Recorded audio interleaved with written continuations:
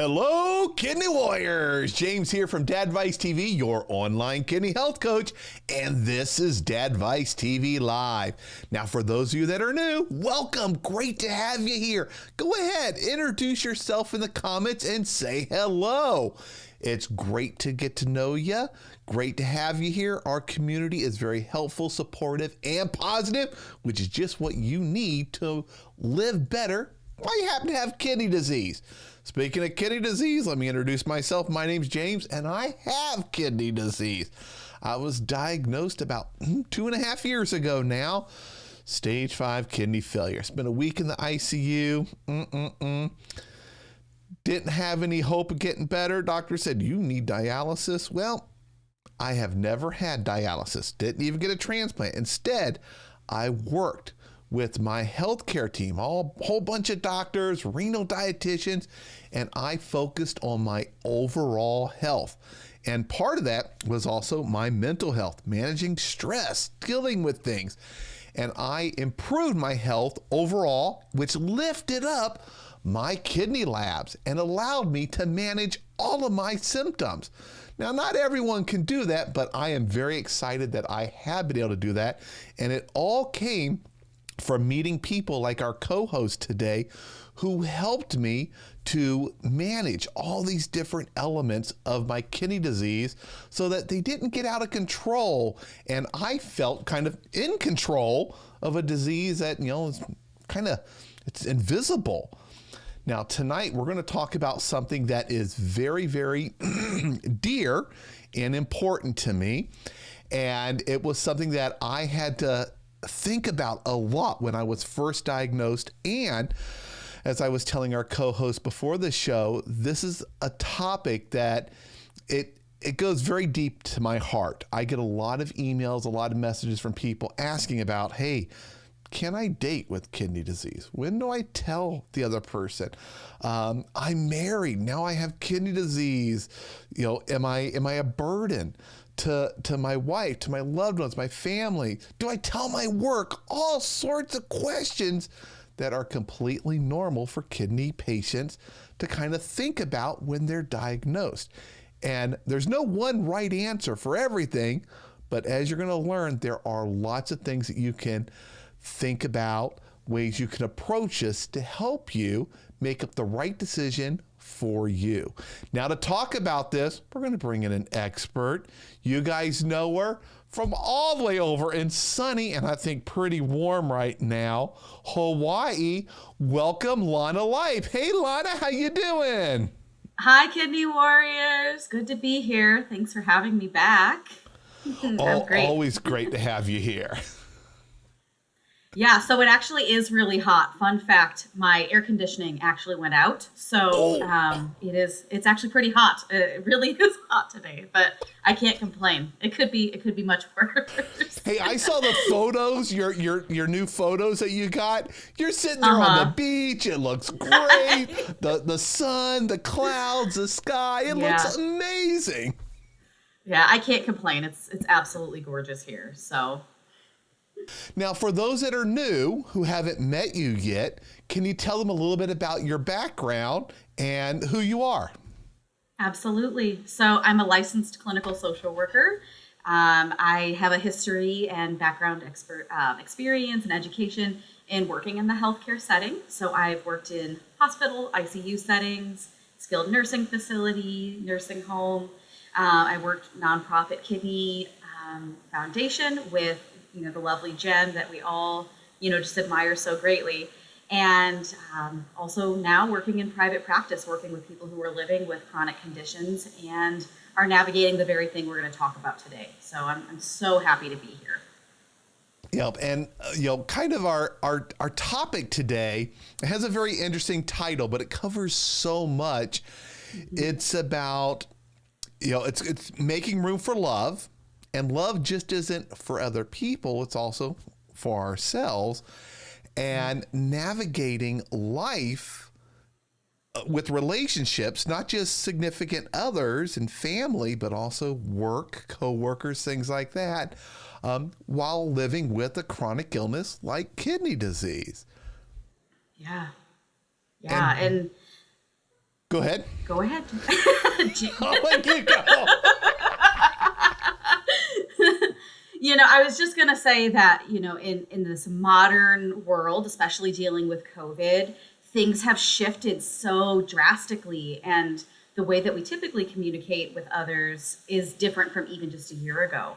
So I know that has added a lot of changes and challenges on top of living with, a pre-existing condition and a chronic condition. So yeah, it's tough, and it's impacting people everywhere. So I just want to first and foremost share that this experience is something that is shared by many, and you are definitely not alone, in navigating these challenges.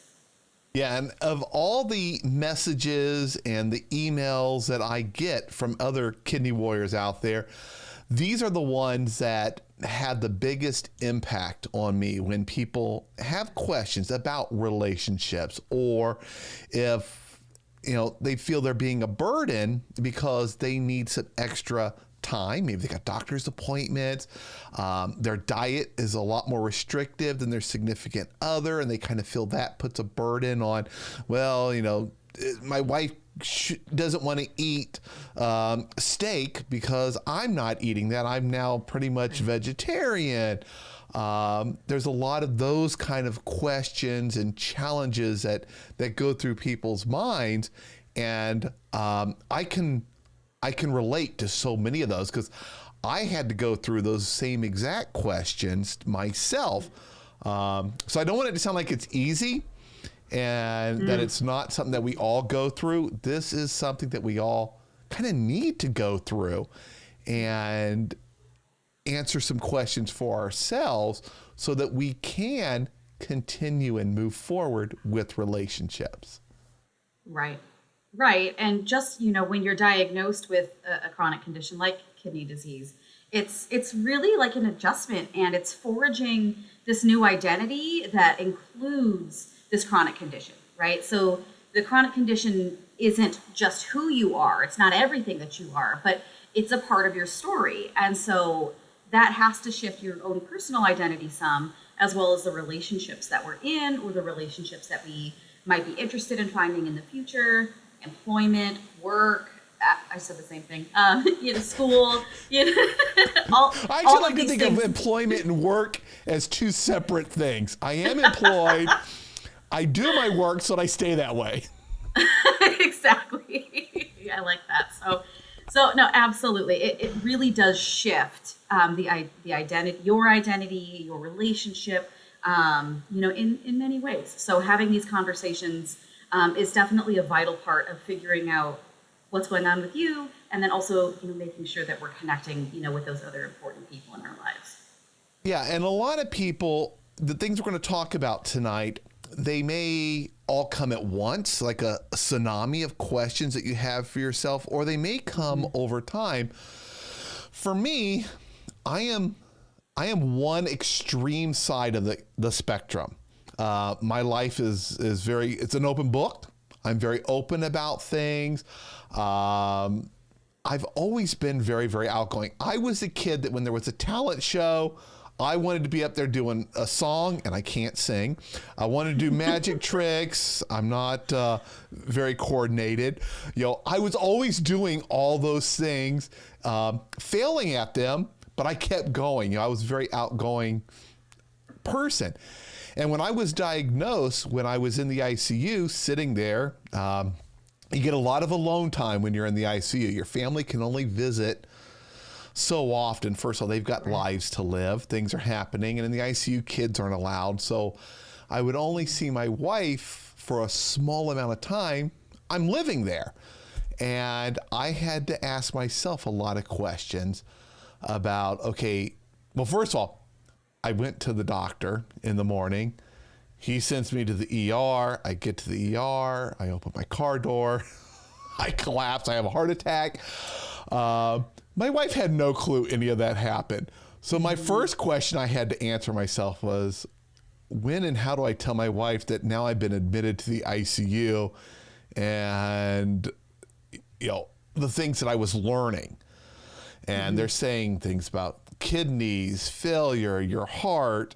And then while I was there, I also had to think of what do I do I tell my kids? How much do I tell my kids? I don't want them to get worried. But if I'm going to make it through this, I need their support. They need to understand why dad can and can't do some of the things that they may want me to do. And then a big one, I had to decide, what am I going to tell work? And so many things went through my mind. Will I get overlooked for a promotion? Will this hurt my possibilities of advancement at work and other opportunities? Will they think, let's not send James on this long trip to go do something because maybe he'll be too tired. I had to think about all those things. Now, me being very outgoing, I decided, you know what? I'm just going to tell everybody. It's plastered on my car. I'm here on the show, the website, all that stuff. But those were all things I had to decide for myself, and I made those decisions. And they may not be the right decisions for everyone. So it's important. I just want to emphasize for everybody out there, if you don't want everyone to know you have kidney disease, that's perfectly fine. That's a decision that you get to make.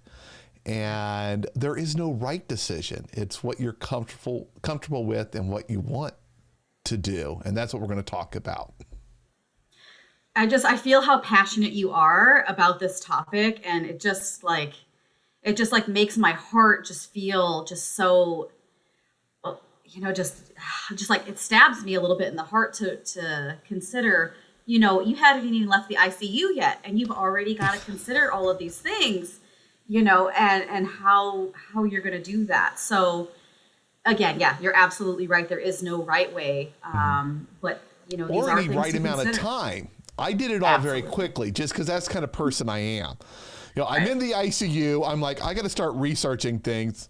I tell my wife, bring my laptop, bring my iPad, bring all the chargers.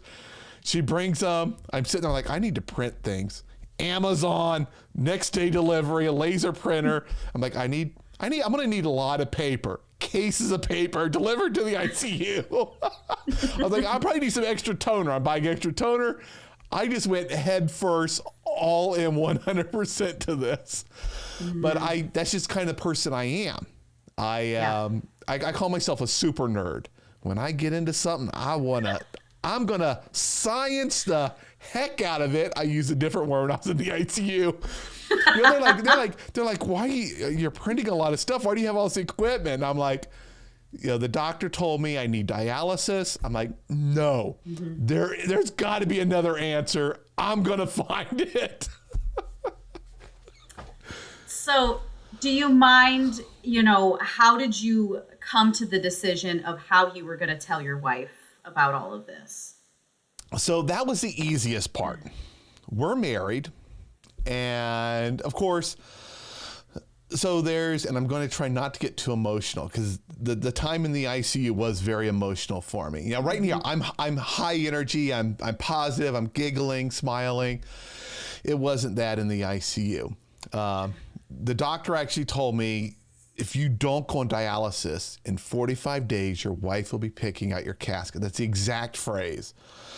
So I'm sitting there thinking like, I've got 45 days left to live. I've got to tell my wife, we've got to prepare things. We just bought a new house, the mortgage. She's got to know where my insurance is, where the will is. I'm thinking of all that stuff. So it was easy for me to tell my wife. The hard thing was how, when, and what to tell my kids. Because at the time, my daughter was probably 7 and my son was 5. So when I told my wife, I called her and told her, I said, okay, just tell the kids, because I traveled a lot for work, that I'm on a trip, and I forgot to tell them about it. And that just wouldn't seem odd to them. Oh, Dad's on another trip. He's going to be gone. I would go away for a week. I'm somewhere in the country for a week. I come home. I bring them gifts. They're excited. What'd you get me, Dad? All that. We're just going to go with that for now. We'll figure out the kid thing later. And it was probably only a few more weeks later when I actually told my kids everything. But it was very slow. I gave them little bits over time. But I knew right away I needed to tell my wife there were things we had to do together, things we had to decide, and that, if I was going on dialysis, if I absolutely had to, life was changing. I probably wouldn't be able to continue to work because my job was very high stress, traveling on my feet all day. But I knew in my mind, this is something we needed to do together. Not that I needed to make the decisions. We needed to be in this together. So that was a pretty easy decision for me. Emotionally, for her, it was very difficult. She had been overlooking a few little medical things, like her stomach wasn't all that great, putting off going to the doctor. This got her to go to the doctor. She went to the doctor like the next day, called him up, made appointments, and saw our family doctor, who checked her out to make sure she was all okay, and also told her, I know it's scary. All these things that you're hearing right now from the hospital, tell James, ignore those doctors. That's exactly what it is. Don't listen to them about the doom and the gloom. I can help him. As soon as he's out of the hospital, come see me right away. I can help him. He knew me enough to know that if I was given a plan and said, hey, you do this, you do that, then you do this, that I would do it. He knew me enough to know that.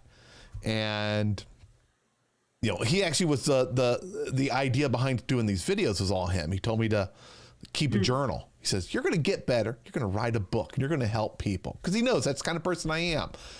And I said, well, I'm not writing a book because I hate writing. But I'm going to make videos instead and document it. And then he turned into this. But to answer your question, telling my wife was really easy. And actually, it's kind of interesting. I told her, and it was easy to tell her. But it was difficult for me to tell myself. And that came later, actually, where I had to accept that I had this chronic illness and that I had to accept life is different. I don't get to transition to a new life. It happened. I'm here. That was more difficult for me, and I would make progress and then a few steps back. And then I would make more progress, then a few steps back. So I was making progress overall, but I would get to where I would think about things too much. And then depression sets in, the what ifs, what if I can't do this? What if this doesn't happen? Your mind can be your own worst enemy. And that's kind of what it was for me. So I had to accept things. And what's funny was the things that upset me the most were all the foods that I was giving up.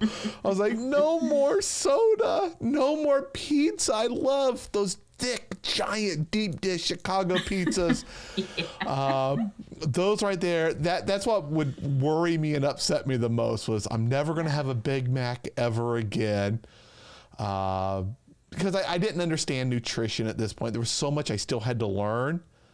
So it was very difficult for me to accept it myself and to move forward accepting it, if that makes sense. Yeah, no, absolutely. That makes total sense. And so it sounds like for you then, even within your own family unit, there were multiple decisions, multiple ways and methods and times and amounts of information that you shared. And so it's really complex. Like every person with the condition is different, but then every person within your family, every person in your relationships, future, relationships and support, that's all different. And it's all a very, very individualized experience and decision. So that's a very, very good point. Yeah. And one of the phrases I've heard you use before that kind of, I think was the first step was in the accepting it myself. I had to not only accept chronic kidney disease, but I had to accept me having chronic kidney disease. So I had to, to quote a phrase you've used before, I had to start loving myself and understanding that I had needs. They were different than what I used to have. Before it was always like, hey, let's go, let's do some things to the family. There were simple needs. Now I had doctor's appointments. Now I had a growing collection of pills to take. Right. And then I was wondering, okay, my wife stay at home, taking care of the kids and things like that. She has a small business she does from home. Does she have to give all that up? Right. Because how do we pay the bills? How do we pay for the house? I love my toys, electronics and cars and stuff. How do we pay those bills? Those were all questions that I was like, whoa. But that's part of what made it easier to tell my wife so that we could start addressing those questions. Yeah. Yeah.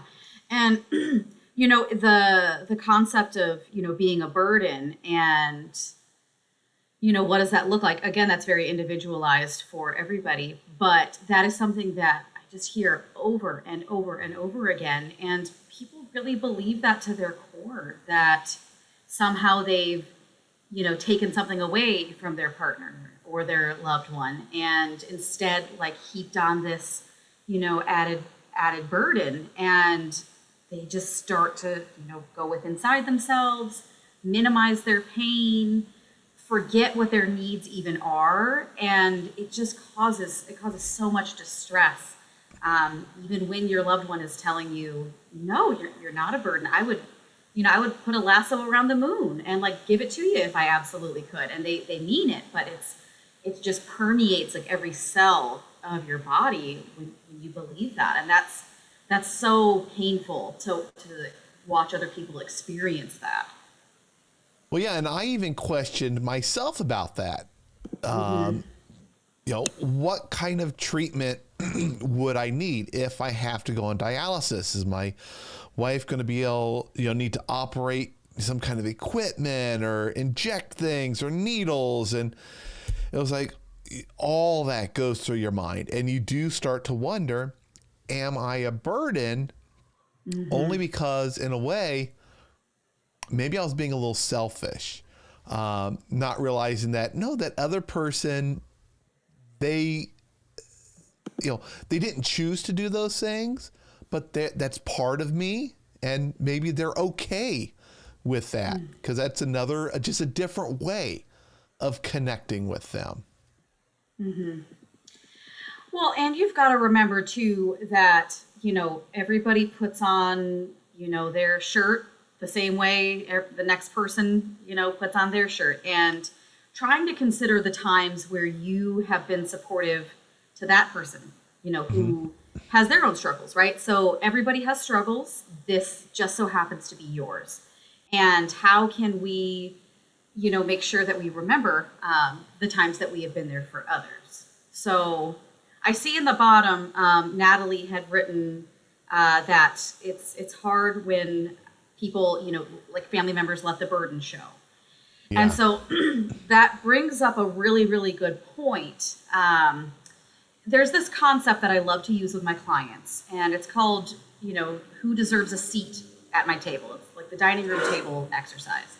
So imagine that you're sitting around your dining room table, and at the table there's only enough room and there's only enough food for so many people in particular to be at this meal with. So, while you could probably think of 50 people that you would want, and you would just build a longer table, that's not the purpose, of this exercise. It's really you've got just enough room, just enough food, and today we can't add anybody else. So, in this gathering, you would invite only the people that you can be truly open and honest with. And these people can see you do that deep belly laugh. That's you got snot coming out your nose, and, You know what I'm talking about. And then Yep. the people who are also there to share that really difficult stuff with, not the people who were just there for the good times, the highlight reel, the people who were there for the behind the curtain kind of stuff. So I want you to consider who's at your table, right? So you only have enough resources and space for so many people. And so while I can't tell you who should be at your table, I can definitely tell you that, the friend who makes you feel guilty, unlovable, unworthy, just bad about yourself, they're not at the table. Exactly. The person who, when you open up to them about your struggles, you somehow feel worse every time you talk to them. That person's not at your table either. The person who shames you and blames you for things being the way they are. And again, like the people who only want to hear, your highlight reel and see like the stuff that's, shiny and bright, but not look at your behind the stage, stuff that's really going on. That person's not at your table either. And so it's really, really important when we're considering how do we open up to other people, who do we share certain things with, that would this person be at my table? Would I look to the left or to my right and be able to share with them what I'm experiencing without having that added burden or added sense of, feeling bad about myself? Right. And it's going to be a very small group. We have a large group of friends, coworkers, relatives. But when you think of who are you really honest and open with, where by doing so, they're supporting you. That's going to be a very small collection of people. And those are the key ones, the important ones to have around you. I've always believed if someone's going to make you feel down, less about yourself, you don't need them. And I tell my wife that all the time. She'll get upset or worried about what some random person thinks. I'm like, it doesn't matter. They can think whatever they want. It doesn't impact my life. And they're kind of negative. I really don't need them in my life, and I'm okay with that.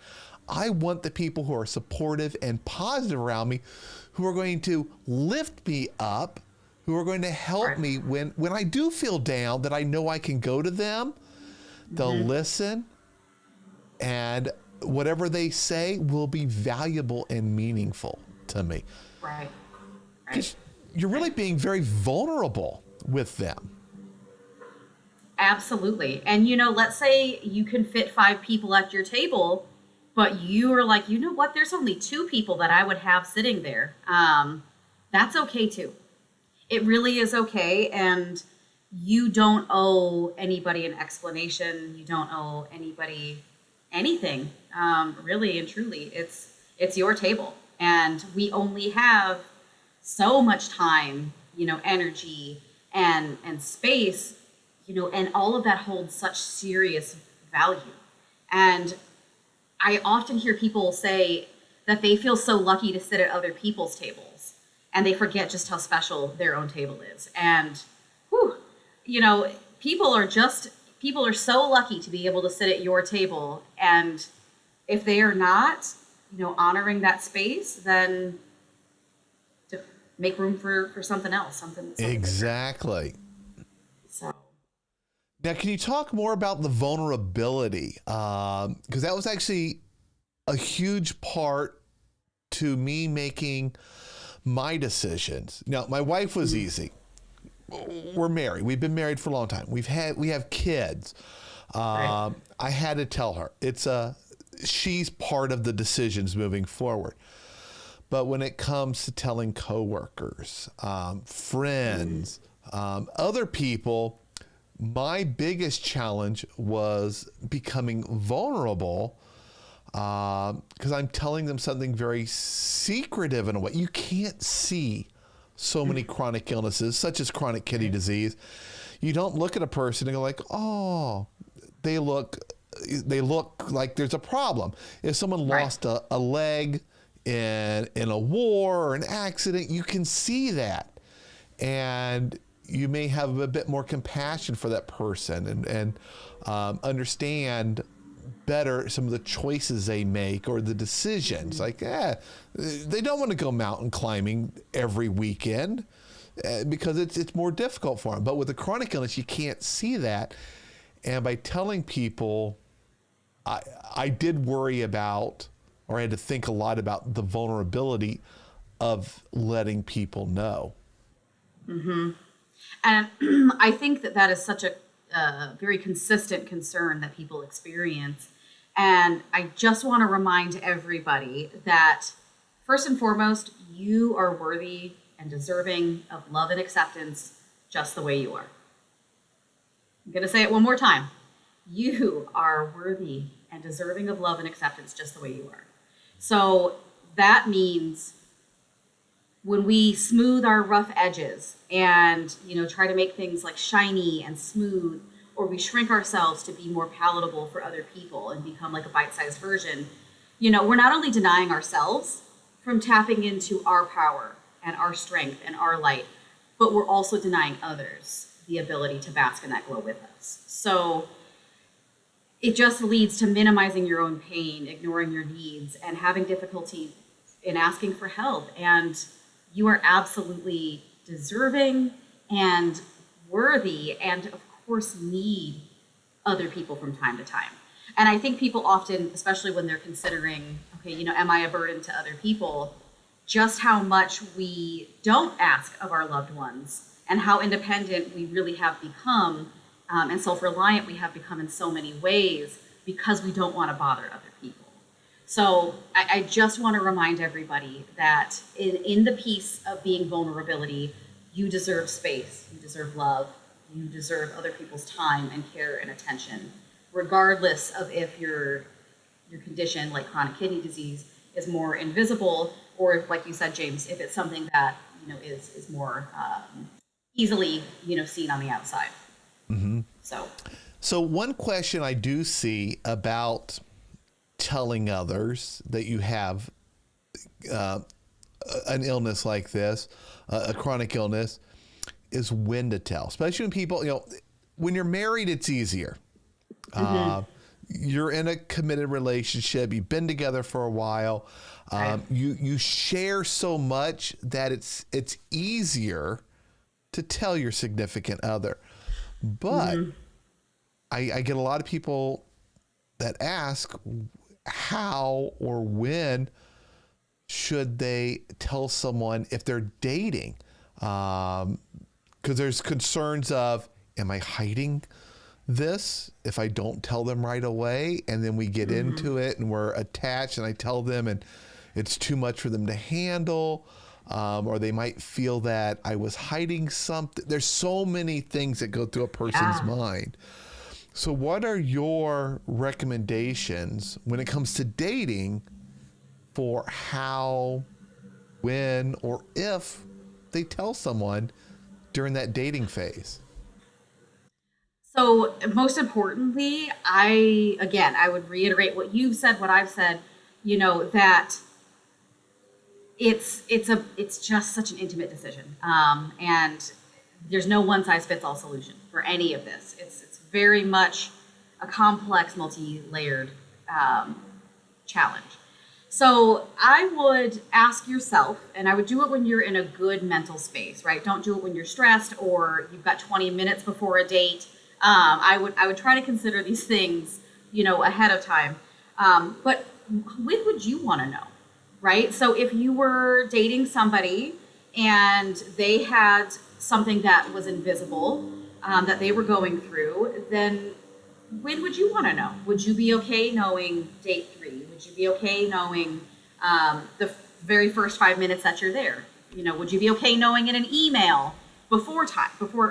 So there, just consider like what you would want and how you would want to be respected and how you would want your time to be managed. So there's many, many ways to approach it, but I found that there's like 2 big modalities, I guess, that people tend to like fall in on the spectrum. So like James being out and proud.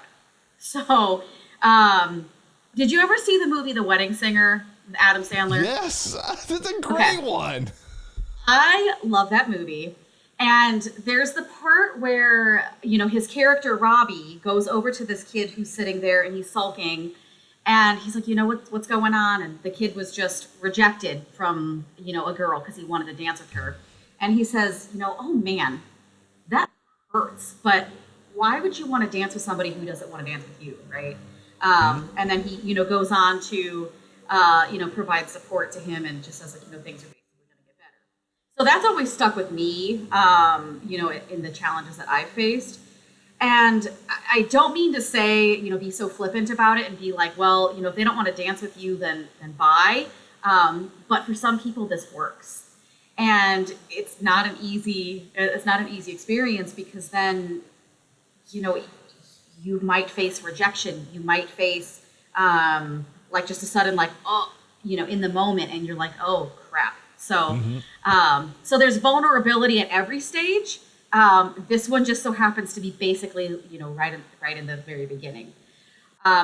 So, now that things are very much online, there's all these different dating apps, social medias out there. You can swipe, like, click. I don't know. I'm not really tech savvy, but you can do all these things in these different apps. Yeah, I've been married for a long time. I don't know if left is good or right is good, but it's swiping one direction is good and one's bad. That's what I know. So exactly. So, not taking that personally, because there are so many just different layers. So a lot of people are like, if I tell them right away, or if I include in my profile, a chronic kidney disease warrior, that can weed out people right away, right? So before you're even meeting with them, wasting time going on a date with them, you really are just able to just kind of like, okay, they didn't care for me, I don't care for them, and we just move on about our day. So that kind of helps you decide pretty quickly, but then that also brings that vulnerability right away, where your business is out on social media that you have chronic kidney disease. So everybody's different, but that does work for some people. And if my concern, if I was trying to put myself in the mindset of someone who's dating, not that I am married, but if I wasn't married and I was dating, one concern I would have is if I did say that, I have kidney disease, I don't get a chance to answer questions. And I would be concerned that maybe I'm weeding out too many people, since I don't get a chance to tell them, hey, don't worry, you're not putting needles in me. I just got to live healthy. That's what I've got to do. I've got to eat better. I've got to stay active. I'm going to enjoy hiking and going out to the park more than sitting on the couch all the time, which actually kind of might make me sound like a better person if I got that chance to explain things, because I'm sure a lot of people might have a lot of questions if they were that type, like, well, let me get to know the person. What does having kidney disease really mean? Well, and that's like having that elephant in the room, and they can see the elephant too, and you're able to just just talk about it and just say, like, this is how it's impacted me. I hear you, about the, are you weeding out too many people too quickly?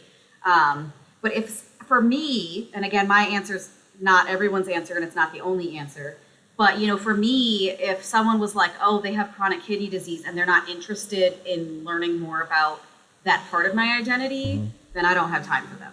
But again, that does not mean that my answer is the right answer, the only answer. But that's kind of where I think about that. Yeah, for me, I would be so open to answering all their questions, but that's just because of the kind of person I am. I would see it as an opportunity to educate more people, maybe even get them to become organ donors. Exactly. I have those underlying reasons too, besides just dating. And there's, so if that's not your style, if that's like, that is just too much, that people not everybody needs to know my business, that's fine. That's absolutely fine.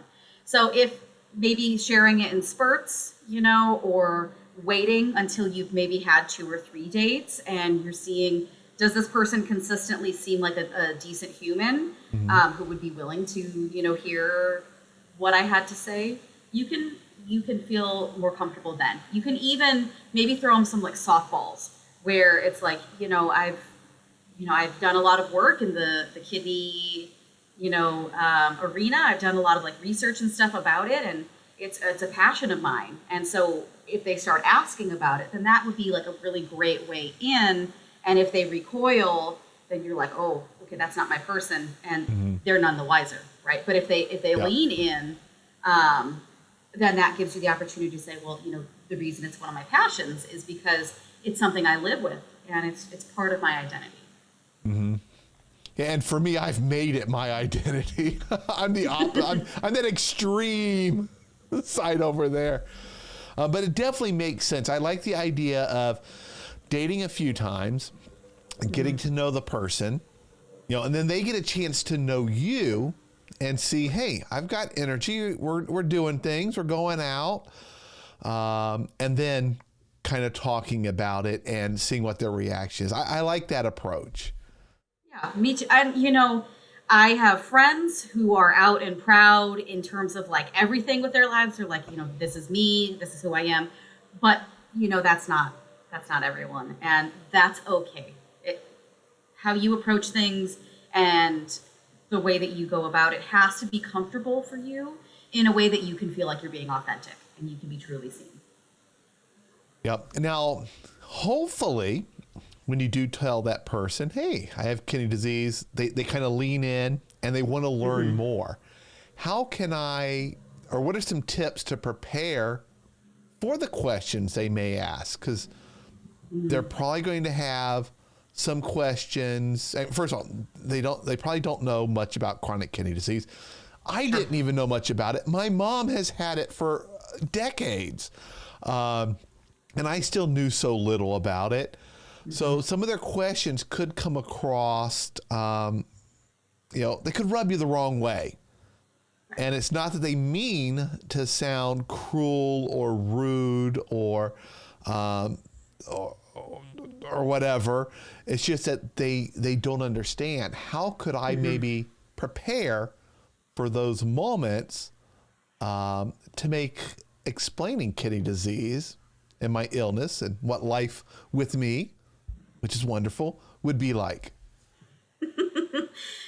So the first thing I would do is take a deep breath and acknowledge that those questions are likely to happen because people, and people with the best of intentions, right? They may not even ask a question. They may, kind of take a deep breath in, and it doesn't mean that they're not interested in learning more. It's like, okay, well, now what do I say? I don't want to say the wrong thing. I don't want to offend them.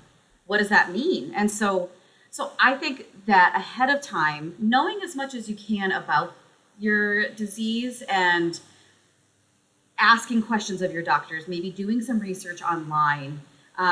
You don't have to know, the specifics of, like GFR and like how that's calculated and, all the scientific terminology behind that. But at least having an understanding of general concepts and what this means for you, maybe what this might mean for your future, and how it's impacting you today. I think as you feel more comfortable and confident in sharing about it, it's going to allow you to be more comfortable and confident in sharing about what's going on. So understanding it yourself, I think, is the best way to go. And then when they ask the question, just take a deep breath before responding. I mean, it can be, it can be one where they look at you and they can see you're breathing, but, just take a deep breath and pause, and just try to just remember that, this is courage, this is vulnerability, and you're educating other people. And it's scary, but, considering like what is the risk of not telling this person, right? So not putting yourself out there. So go ahead. Yeah, I was going to say, being someone who talks about kidney disease all the time to practically everyone I run into, the cashiers at Kroger, they know all about it, more than they ever wanted to know. Hey, I'm standing there. I got time. Let me talk to them about it. But one thing that comes to my mind is don't overwhelm them with too much information. Like you mentioned, Absolutely. they don't need to know all the details about how often you get labs, potassium, GFR, creatinine, all these things that may make it sound a little scary if you have like a woof of technical information. Right. It might be good to kind of keep it simple. And I would probably, and I really haven't thought about this, how to do that, but I would probably start with, I might get tired occasionally on a long day. These are the types of things that make me a little different because of my kidneys. And that when we're out to eat, I'm going to choose some healthier items. Absolutely. And because I'm trying to take care of my body and my kidneys because it's really important for them so that I can stay healthy like I am, so that I can get around, so that I have energy and things such as that. Now that's coming from my mind as someone who's not on dialysis. For someone on dialysis, I can only imagine it's a much more complicated question to answer. Yeah, that's definitely going to be much more difficult. Yeah.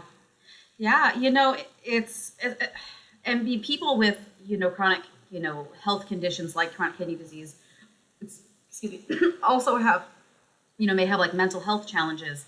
And there's just such a stigma around, chronic conditions and what we don't know. And while there is a lot of, visibility and inclusivity around a lot of these things, and I think your platform is a great way for that, there's still a lot of work to be done.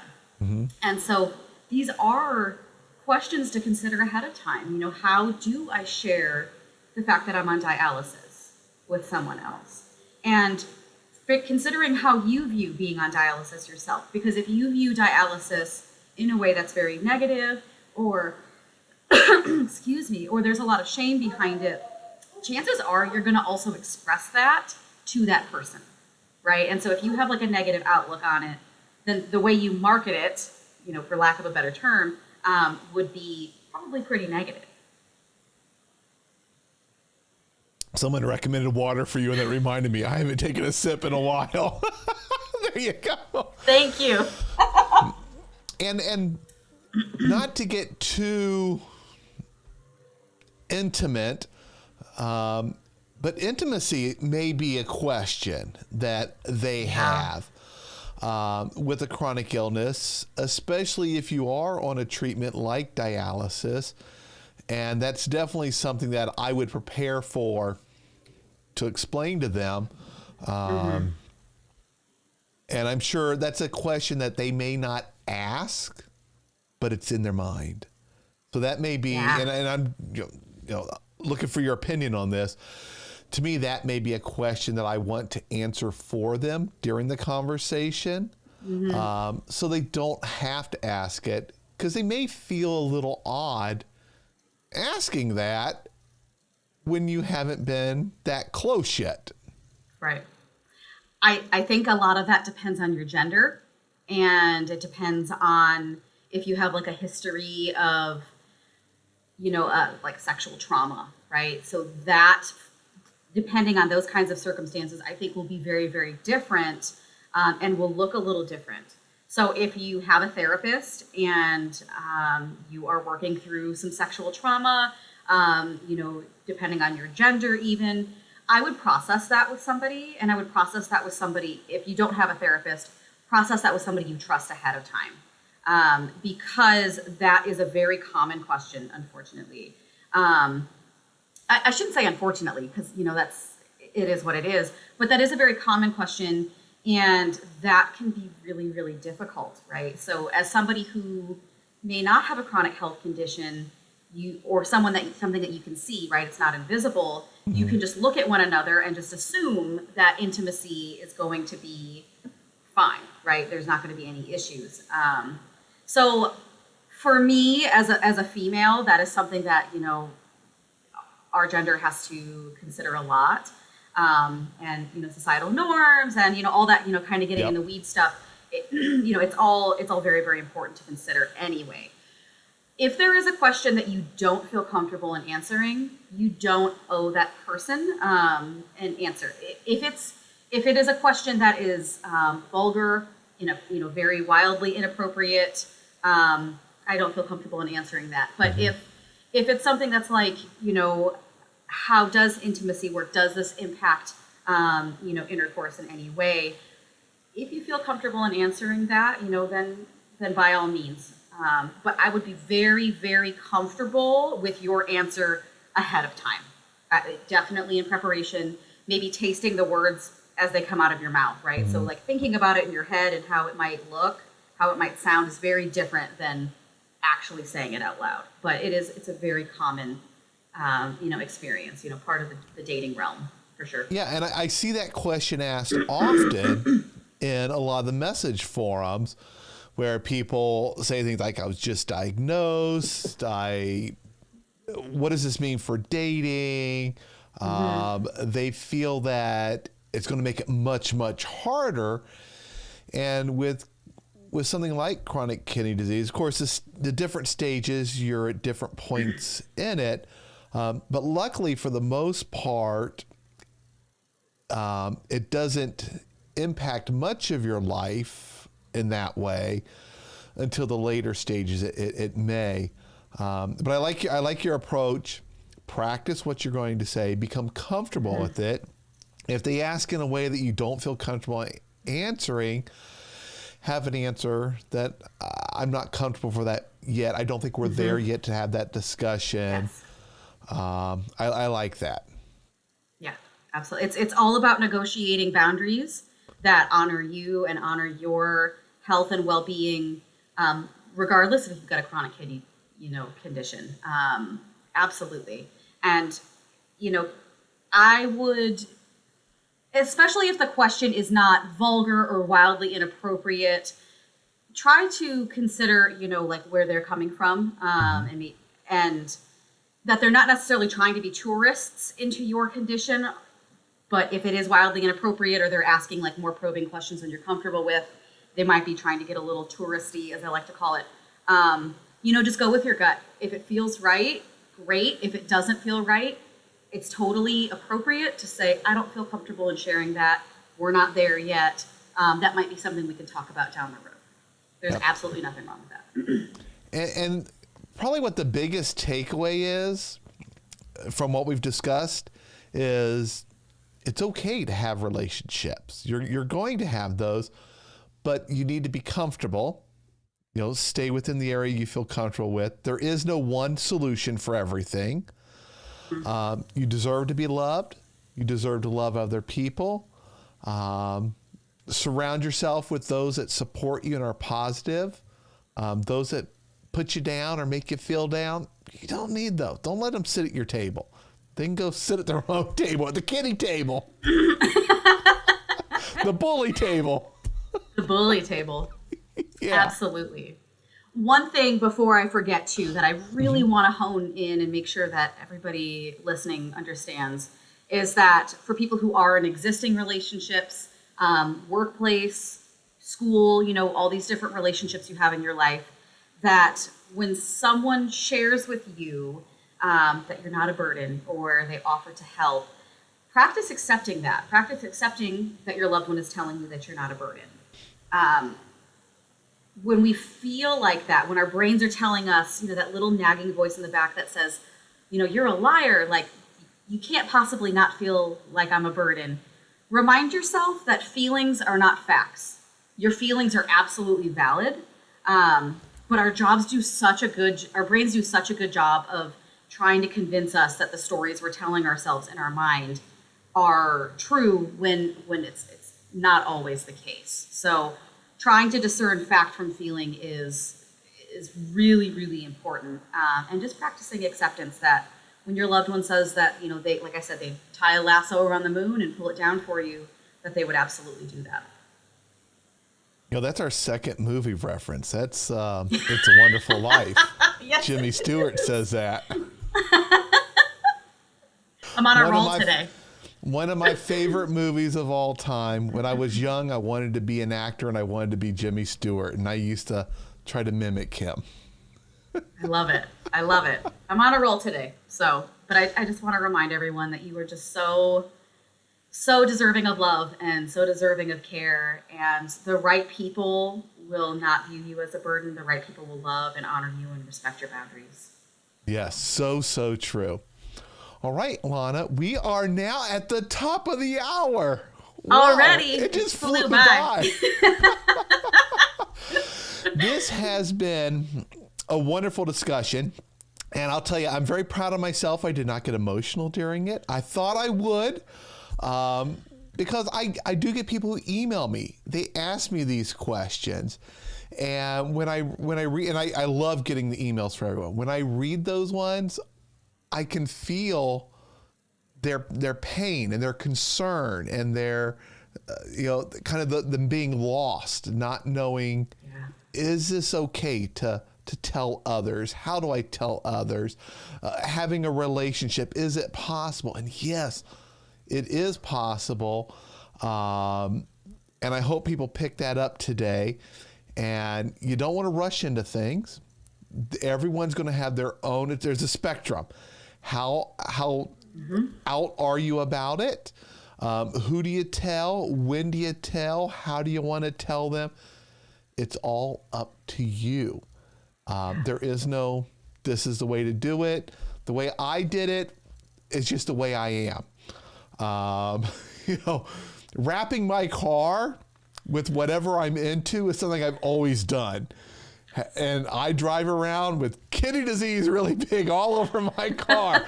Donate life all across the bag. Be an organ donor, all that stuff. I take the time to tell everyone, even those that are a captured audience, like the people at the registers, at the grocery store, all about it. But that's just because that's the kind of person I am. It's not right. It's not wrong. And you each need to find who you are, feel comfortable, and go with it. And whatever your speed is, whatever your pace is, that's perfectly fine. All right. Absolutely right. I was trying to think of something else to throw at the end. Nail on the head. Nope, you hit it. Nail on the head. I love it. I'll talk forever about this topic because it's so important to me. All right, Lana, thank you so much for being here and sharing all this information. This has been fantastic, and I know so many people are going to get so much from our conversation today.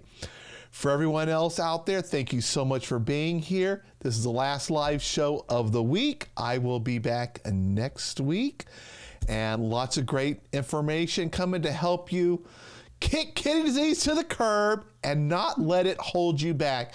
You can manage it and keep going at life. There's some limitations, but there's so much you can do.